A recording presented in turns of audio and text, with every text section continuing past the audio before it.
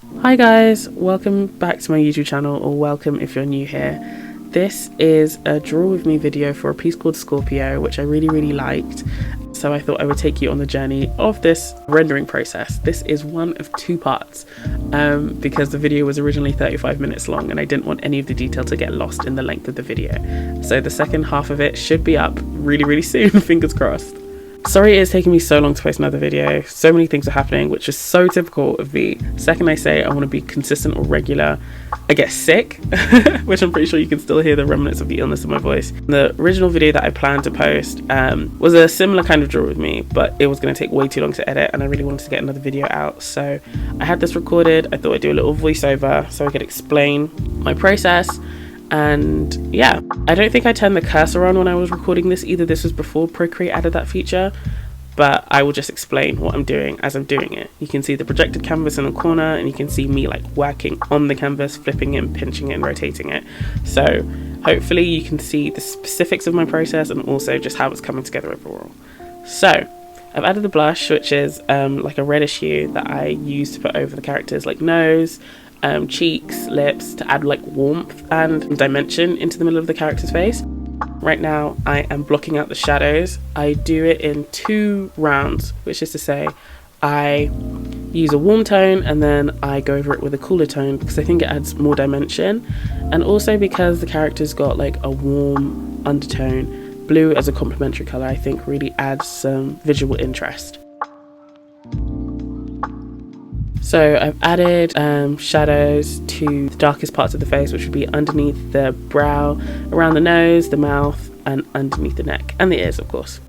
It's all very approximate and kind of a habit that I've picked up because I'm not using a reference photo for this piece. This was 100% from my imagination, so I kind of just like went with where I typically always put it.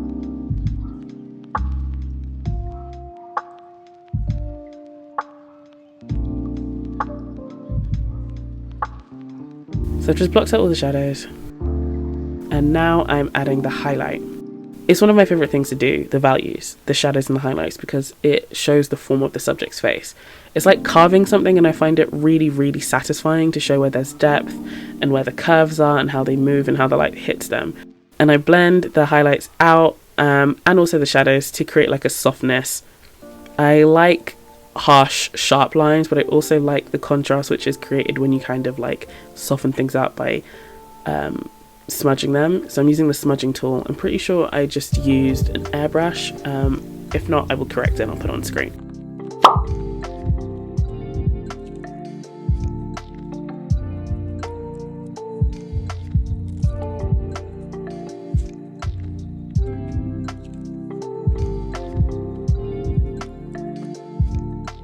See me neatening it up around the eyes and being a little bit more specific where I'm putting it.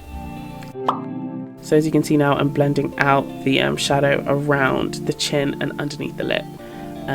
Sorry if that was a bit unclear.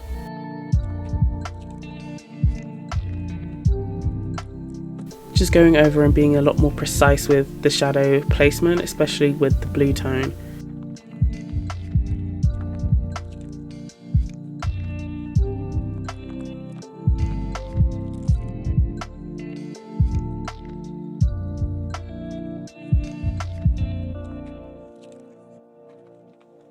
Now I've toggled the highlight back on, you can really see how like the form of the face is coming together. It's so satisfying to see how it like all pulls together when you have all the values, which I will then shift and adjust as the video goes on, but yeah.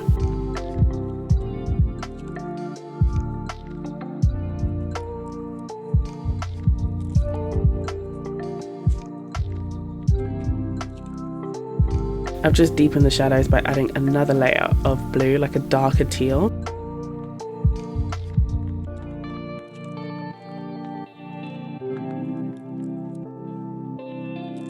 Now I'm blocking out the hair color. I think I started as brown, but then I went to blonde because I'm sorry, I'm a sucker for that. I know it's a cliche, but I really do like the look of like dark skin, platinum blonde hair. It's just fun for me. I enjoy it. It looks so good. I can't make it not pop.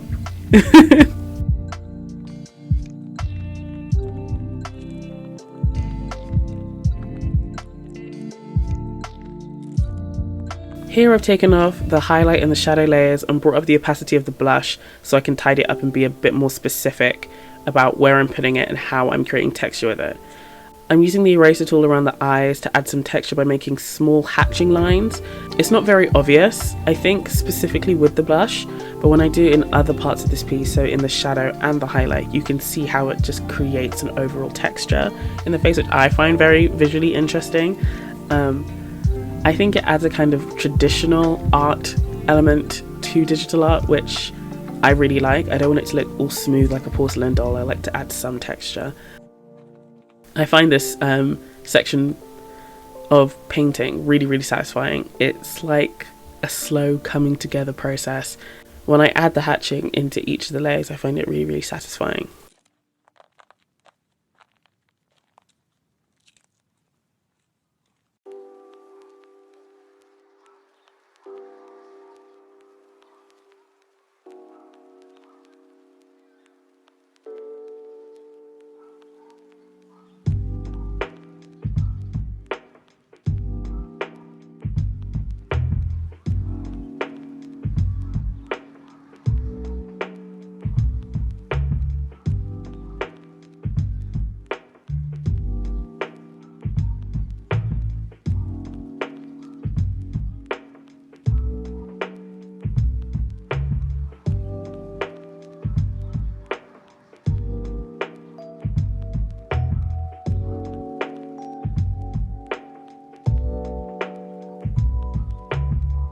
So I've done it to the shadows, I've done it to the warm shadow, and I've just turned up the opacity on the highlight so you can see me working away at the highlight layer.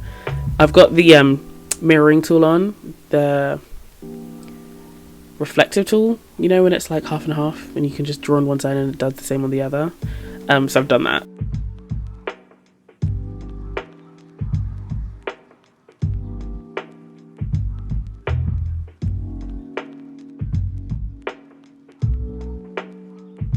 Just trying to add more dimension to the face by adding more areas of highlight, so around the cheekbones, around the chin.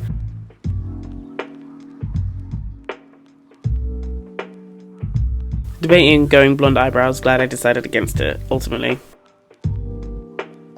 You will see me faffing around a lot with blend modes. I think, honestly, if I'm going to be honest, I think I might depend on blend modes a little bit too much to sort out my problems for me.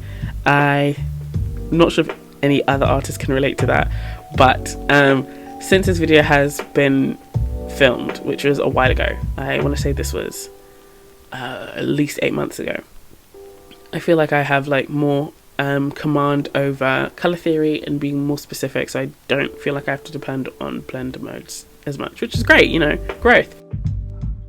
I could not decide the placement of the eyes. I'm not sure if I wanted the characters to be looking straight at me, but I like down to the side. It makes it feel less confrontational.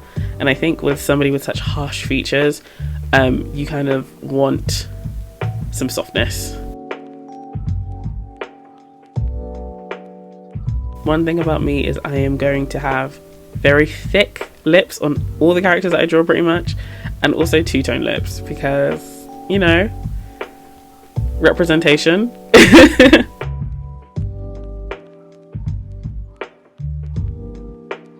So as I said before, I go over the shadows and the highlights over and over again. I just like to be very specific about where I put them.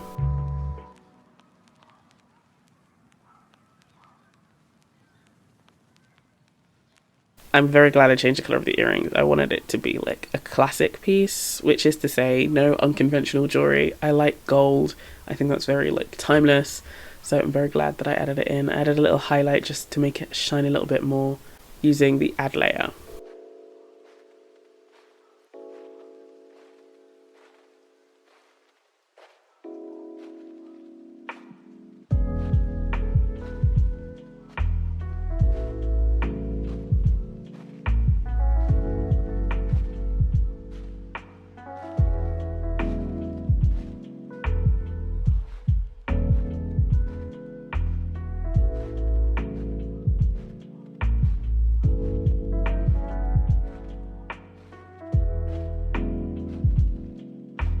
yet another instance of me adding shadow, deepening shadow, developing where I've placed the shadows.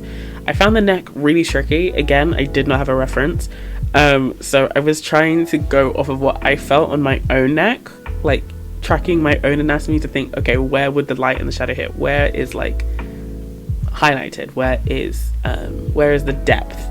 And I think I got away with it. I'm not sure. You guys can tell me in the comments.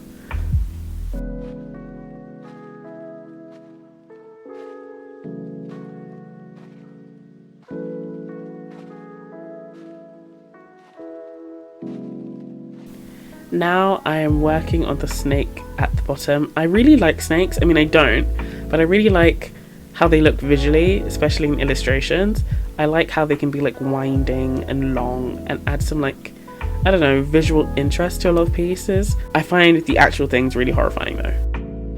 I tried to use a select tool to do the color for this, but it just, I don't know why. I'm pretty sure it was because I used the 6B pencil, and that pencil, if you try, I think this was before the select tool got like a lot more robust, but yeah, I ended up having to go over it myself manually, which was exhausting, but we did it.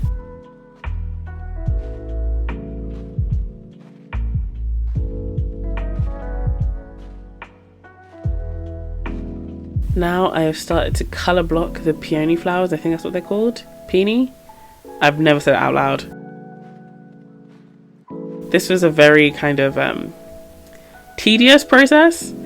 I definitely used it just a lot to cut corners here, because I drew I think 3 flowers and then I just copied and pasted it because I was just like, I can't be bothered to draw several. I'm sorry, we're being honest, it was long, and each of those flowers took a while because I'm kind of uncomfortable, or not used to, I should say, drawing flowers. But I'm really glad with how these turned out, and I didn't want to spend a lot of time going back and forth on these flowers. I was just like, I'd already spent 5 hours on the sketch or something ridiculous.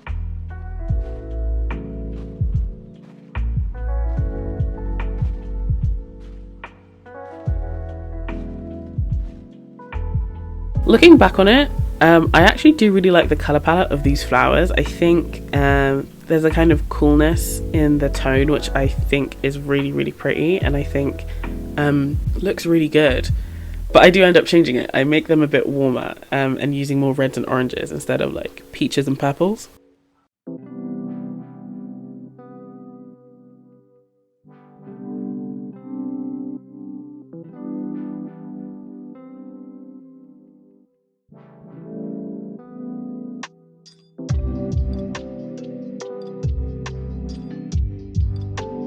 Yeah, but I've added some warmth to the flowers to make them a little bit redder in hue.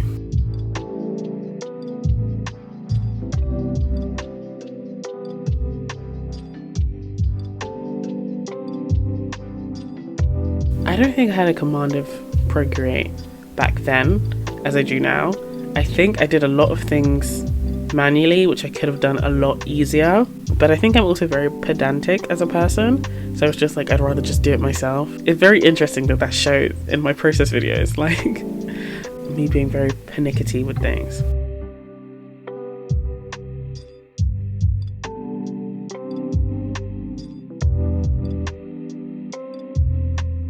I remember doing the stems and hating every second because it was so long to do. I, at this point, was very much against doing things on one layer because I liked to do clipping masks on top of specific layers so I could add specific shadows and highlights and add value and form where I wanted to. But looking back, I should have just done it on one layer and I'd just done the hard work basically. But you know, we live and we learn. Gone back to the character's face, adding more value, highlight, very roughly, just to see what it would look like.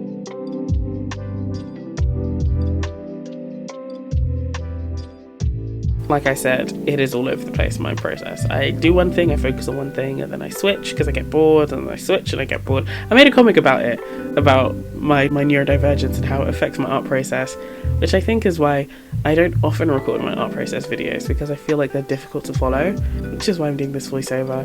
I hope it has given you a bit more insight about how I create what I create and how I end up where I do.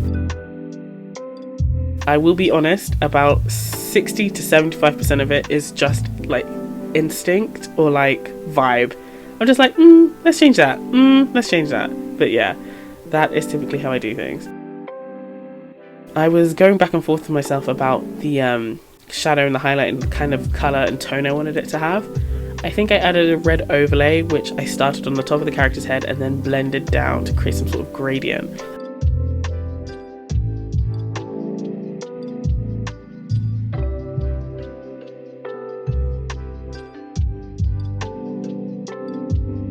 I think this is where we're going to leave it for today because we've still got a little bit left to go. We've got some rendering that we need to finish off, so you'll see the rest of it in part 2, which should be up very, very soon.